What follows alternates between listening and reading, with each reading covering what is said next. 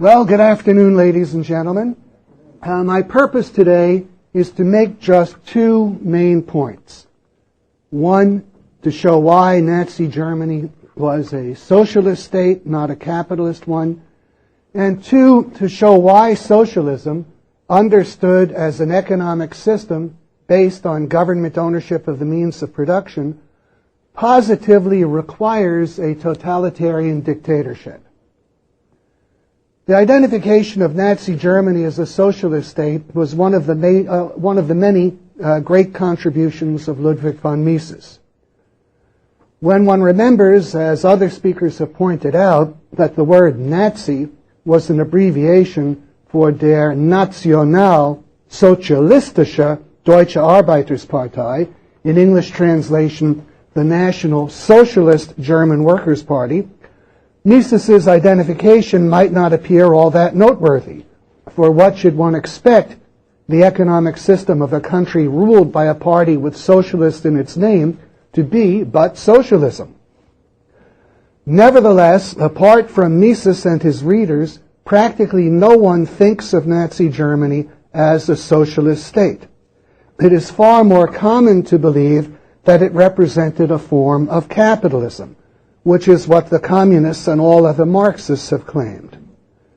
The basis of the claim that Nazi Germany was capitalist was the fact that most industries in Nazi Germany appeared to be left in private hands. As you've heard from other speakers, what Mises identified was that private ownership of the means of production existed in name only under the Nazis, and that the actual substance of ownership of the means of production resided in the German government. For it was the German government, and not the nominal private owners, that exercised all of the substantive powers of ownership. It, not the nominal private owners, decided what was to be produced, in what quantity, by what methods, and to whom it was to be distributed, as well as what prices would be charged and what wages would be paid, and what dividends or other income the nominal private owners would be permitted to receive. The position of the alleged private owners, Mises showed, was reduced essentially to that of government pensioners. De facto government ownership of the means of production, as Mises termed it, was logically implied by such fundamental collectivist principles embraced by the Nazis as that the common good comes before the private good, and the individual exists as a means to the ends of the state. If the individual is a means to the ends of the state, so too, of course, is his property. Just as he is owned by the state, his property is also owned by the state. But what specifically established de facto socialism in Nazi Germany was the introduction of price and wage controls in 1936.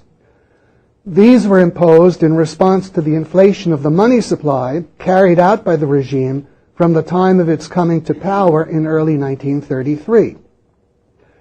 The Nazi regime inflated the money supply as the means of financing the vast increase in government spending required by its programs of public works, subsidies, and rearmament.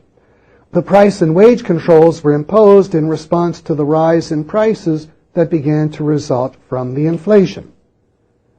The effect of the combination of inflation and price and wage controls is shortages.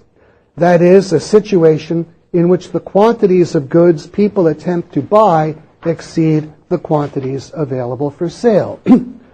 Shortages, in turn, result in economic chaos.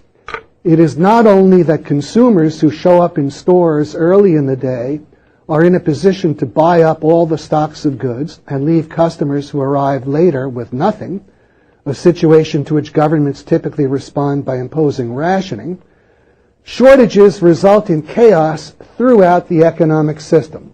They introduce randomness in the distribution of supplies between geographical areas, in the allocation of a factor of production among its different products, in the allocation of labor and capital among the different branches of the economic system.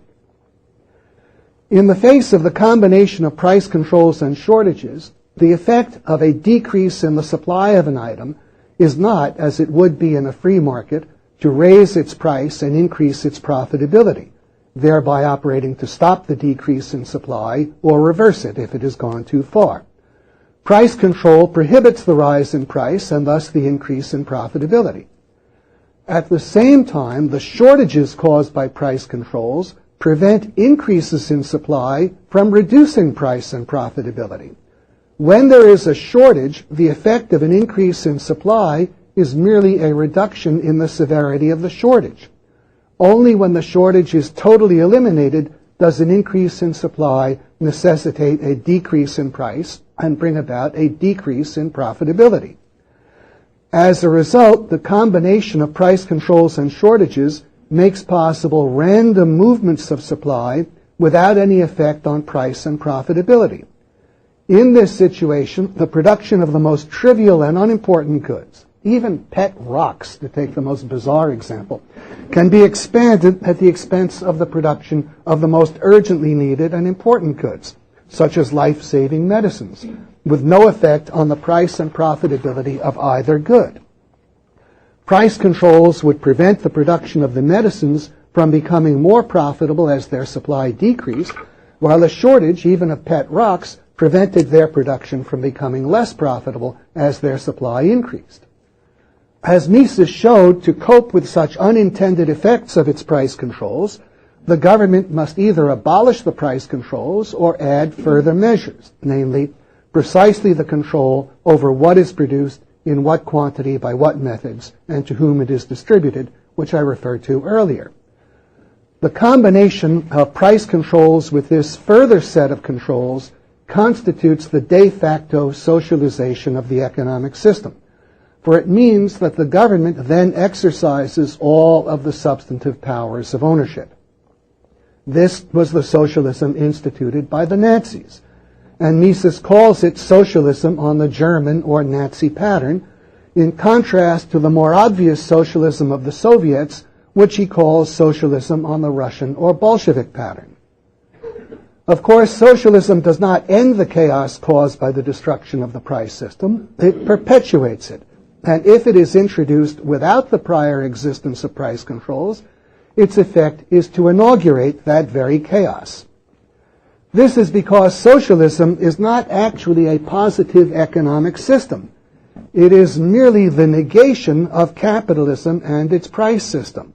As such, the essential nature of socialism is one and the same as the economic chaos resulting from the destruction of the price system by price and wage controls.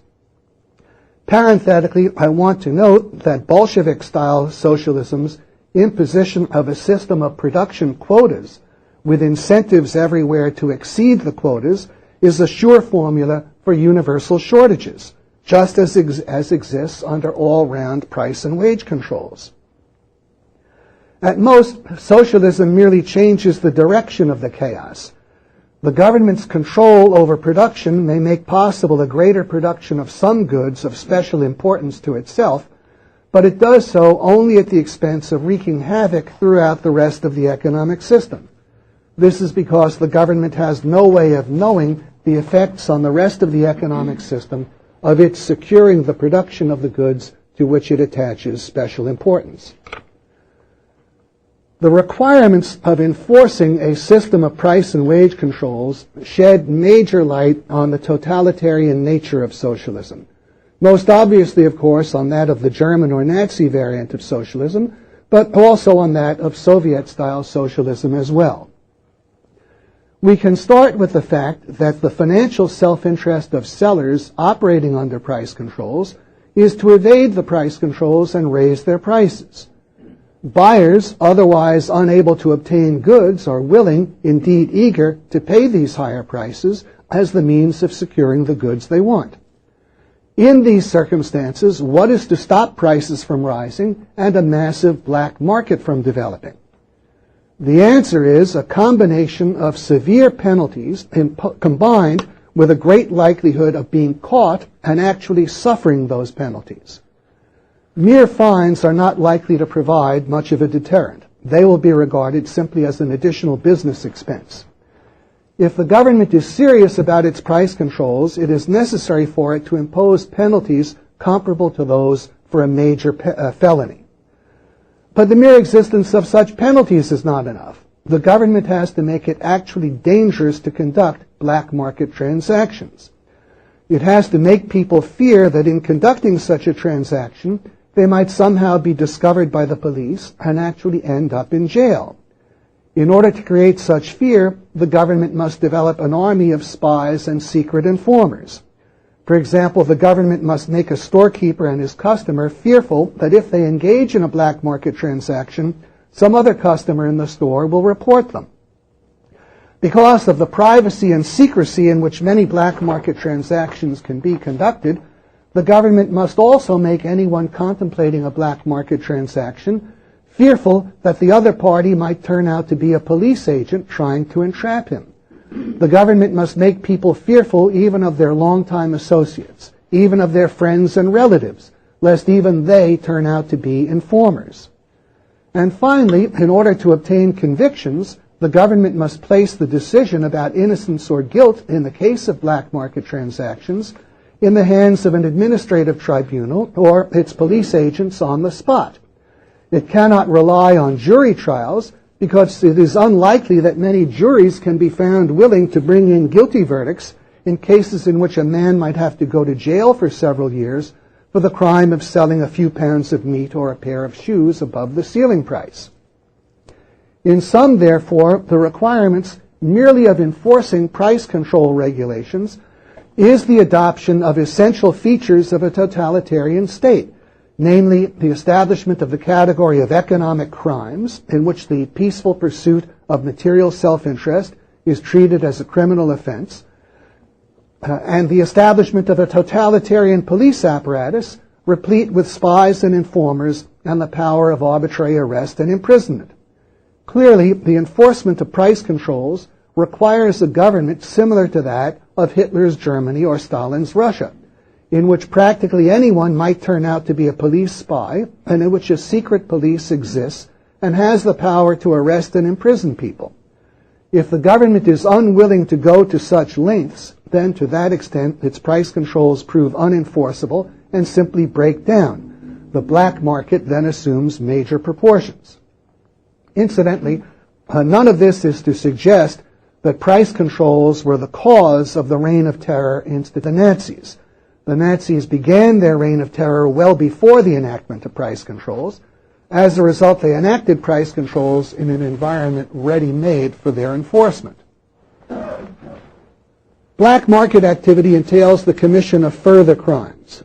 Under de facto socialism, the production and sale of goods in the black market entails the defiance of the government's regulations concerning production and distribution, as well as defiance of its price controls.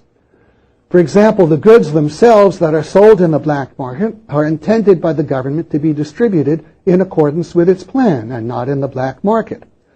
The factors of production used to produce those goods are likewise intended by the government to be used in accordance with its plan and not for the purpose of supplying the black market. Under a system of de jure socialism, such as existed in Soviet Russia, in which the legal code of the country openly and explicitly makes the government the owner of the means of production, all black market activity necessarily entails the misappropriation or theft of state property. For example, the factory workers or managers in Soviet Russia who turned out products that they sold in the black market were considered as stealing the raw materials supplied by the state. Furthermore, in any type of socialist state, Nazi or communist, the government's economic plan is part of the supreme law of the land.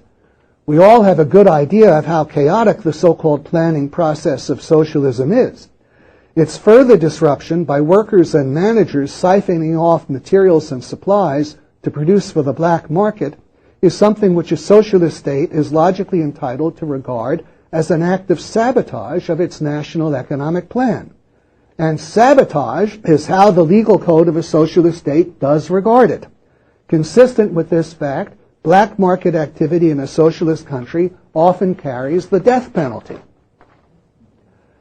Now, I think that a fundamental fact that explains the all-round reign of terror found under socialism is the incredible dilemma in which a socialist state places itself in relation to the masses of its citizens.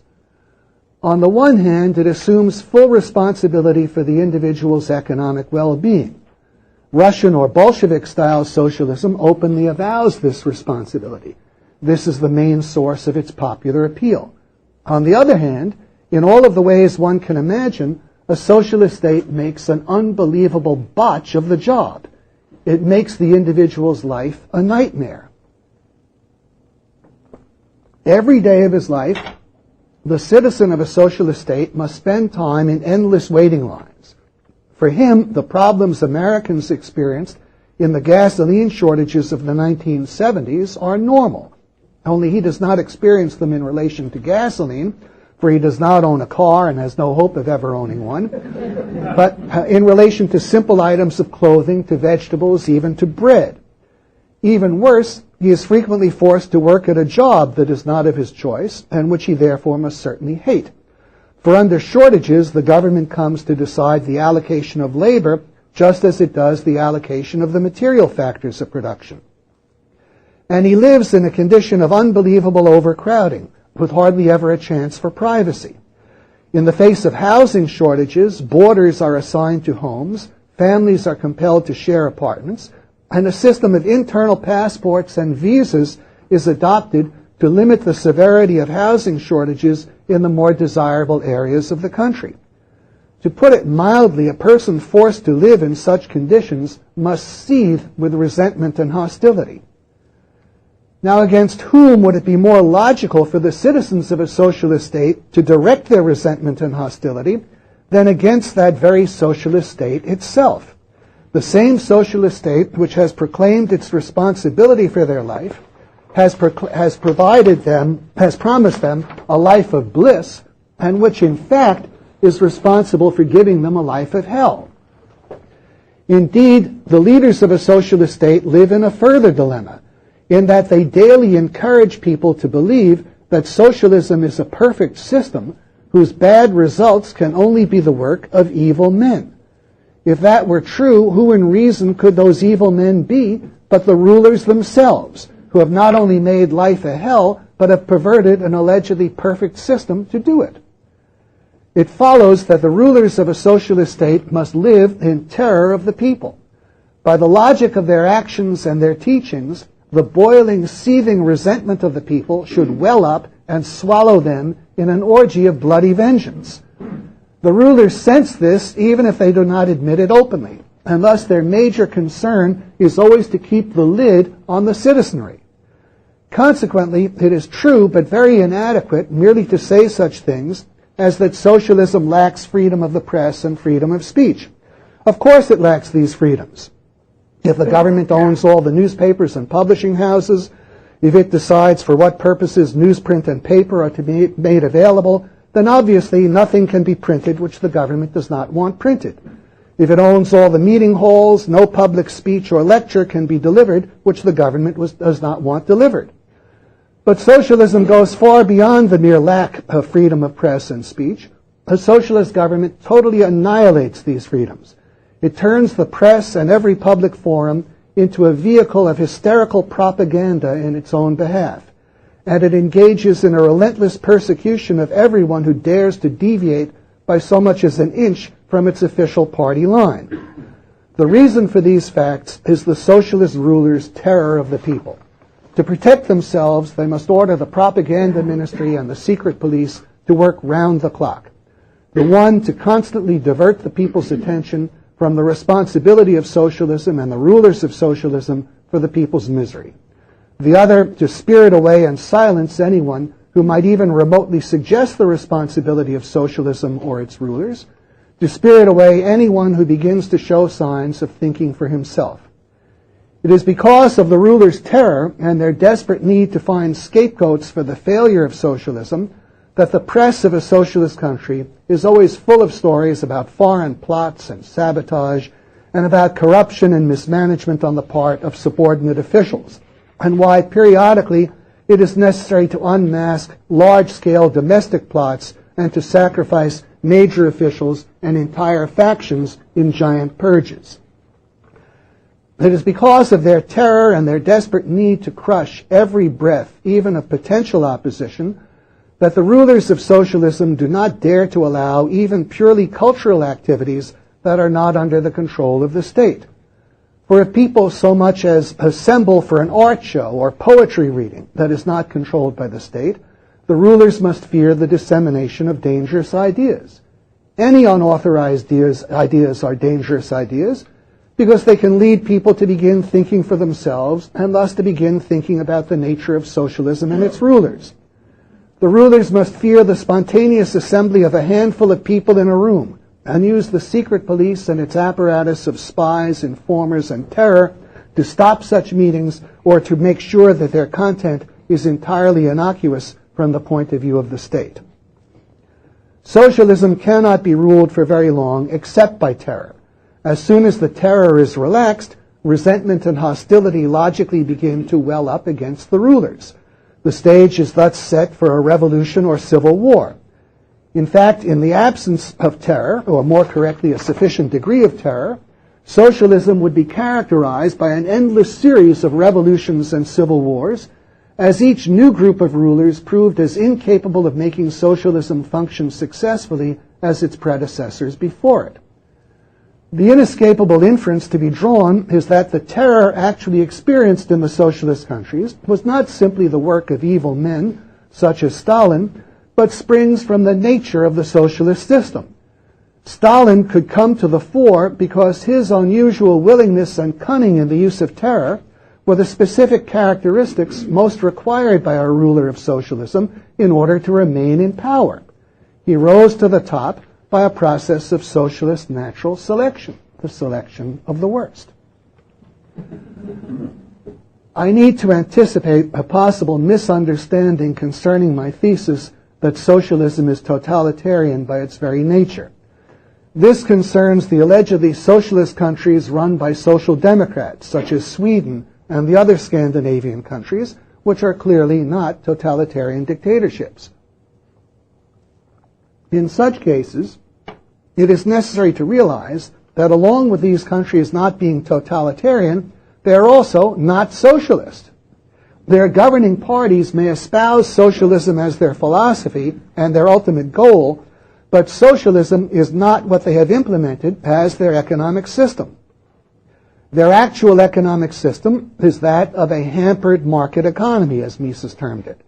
While more hampered than our own in important respects, their economic system is essentially similar to our own in that the characteristic driving force of production and economic activity is not government decree, but the initiative of private owners motivated by the prospect of private profit. The reason that social democrats do not establish socialism when they come to power is that they are unwilling to do what would be required. The establishment of socialism as an economic system requires a massive act of theft. The means of production must be seized from their owners and turned over to the state. Such seizure is virtually certain to provoke substantial resistance on the part of the owners, resistance which can be overcome only by the massive use of force. The communists were and are willing to apply such force, as evidenced in Soviet Russia.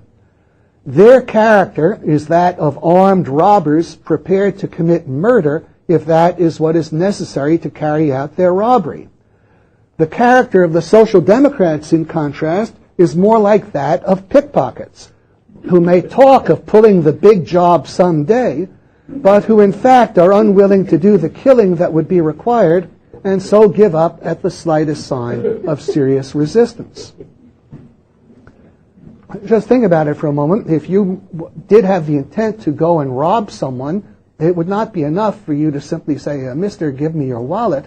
What if he turns around and walks ready to punch you in the face? If you're serious about robbing someone, you better come with a gun and be prepared to shoot him. Well, the communists are willing to do that. The Social Democrats aren't. Now, as for the Nazis, they generally did not have to kill in order to seize the property of Germans other than Jews. This was because, as we have seen, they established socialism by stealth through price controls, which served to maintain the outward guise and appearance of private ownership. The private owners were thus deprived of their property without knowing it, and thus felt no need to defend it by force. Well, I think I've shown that socialism, actual socialism, is totalitarian by its very nature. Now, in the United States at the present time, we do not have socialism and we do not have a dictatorship, let alone a totalitarian dictatorship. Among the essential elements that are still lacking, this goes to why we do not yet have fascism, among the essential elements still lacking are one-party rule and censorship. We still have freedom of speech and press and free elections, though both have been undermined and their continued existence certainly cannot be guaranteed. What we have is a hampered market economy that is growing ever more hampered by ever more government intervention, and that is characterized by a growing loss of individual freedom. I've read this talk aloud several times. I always manage to do it within half an hour, and I see now I've got 2 minutes left and about 6 minutes of text. I don't know how that happened. So, I'm ready to sell part of my time. Okay, all right. Well, thank you. Thank you. Great. Okay. The price I pay will have to be the delivery of the talk. Okay, good. Thank you. All right. Well, what we have is an increasingly hampered market economy that's progressively depriving us of more and more of our freedom. The growth of the government's economic intervention is synonymous with a loss of individual freedom because it means increasingly initiating the use of physical force to make people do what they do not voluntarily choose to do or prevent them from doing what they do voluntarily choose to do. And since the individual is the best judge of his own interests, and at least as a rule seeks to do what is in his interest to do and avoid doing what harms his interest, it follows that the greater the extent of government intervention, the greater the extent to which individuals are prevented from doing what benefits them and are instead compelled to do what causes them loss. Today in the United States, government spending, federal, state, and local, amounts to almost half of the monetary incomes of the portion of the citizenry that does not work for the government. If you start with the national income statistics, eliminate all of the imputations, just look at the monetary incomes, and then take government spending at all levels as a percentage of that, it comes to roughly half. 15 federal cabinet departments and a much larger number of federal regulatory agencies, together in most instances with counterparts at the state and local level, routinely intrude into virtually every area of the individual citizen's life. In countless ways, he's taxed, compelled, and prohibited. The effect of such massive government interference is unemployment, rising prices, falling real wages, a need to work longer and harder, and growing economic insecurity. The further effect is growing anger and resentment. Though the government's policy of economic intervention is their logical target, the anger and resentment people feel are typically directed at businessmen and the rich instead. This is a mistake which is fueled for the most part by an ignorant and envious intellectual establishment and media. And in conformity with this attitude, since the collapse of the stock market bubble, which was in fact created by the Federal Reserve's policy of credit expansion and then pricked by its temporary abandonment of that policy, government prosecutors have adopted what appears to be a particularly vengeful policy toward executives guilty of financial dishonesty, as though their actions were responsible for the widespread losses resulting from the collapse of the bubble. Thus, the former head of a major telecommunications company was recently given a 25-year prison sentence. Other top executives have suffered similarly. Even more ominously, the government's power to obtain mere criminal indictments has become the equivalent of the power to destroy a firm, as occurred in the case of Arthur Andersen, the major accounting firm. The threatened use of this power was then sufficient to force major insurance brokerage firms in the United States to change their managements to the satisfaction of New York State's Attorney General. There is no way to describe such developments other than as conviction and punishment without trial and as extortion by the government. These are major steps along a very dangerous path. Fortunately, there is still sufficient freedom in the United States to undo all the damage that has been done. There is, first of all, the freedom to publicly name it and denounce it. More fundamentally, there is the freedom to analyze and refute the ideas that underlie the destructive policies that have been adopted or that may be adopted. And that is what is critical. For the fundamental factor underlying the interventionism, and of course socialism as well, whether Nazi or communist, is nothing but wrong ideas. Above all, wrong ideas about economics and philosophy. There is now an extensive and growing body of literature that presents sound ideas in these two vital fields. In my judgment, the two most important authors of this literature are Ludwig von Mises and Ayn Rand. An extensive knowledge of their writings is an indispensable prerequisite for success in the defense of individual freedom and the free market. This institute, the Ludwig von Mises Institute, is the world's leading center for the dissemination of Mises's ideas. It presents a constant flow of analyses based on his ideas, analyses that appear in its academic journals, its books and periodicals, and in its daily website news articles that deal with the issues of the moment. It educates college and university students and young instructors in his ideas and the related ideas of other members of the Austrian School of Economics. It does this through the Mises Summer University, the Austrian Scholars Conferences, and a variety of seminars. Two very major ways of fighting for freedom are to educate oneself to the point of being able to speak and write as articulately in its defense as do the scholars associated with this institute.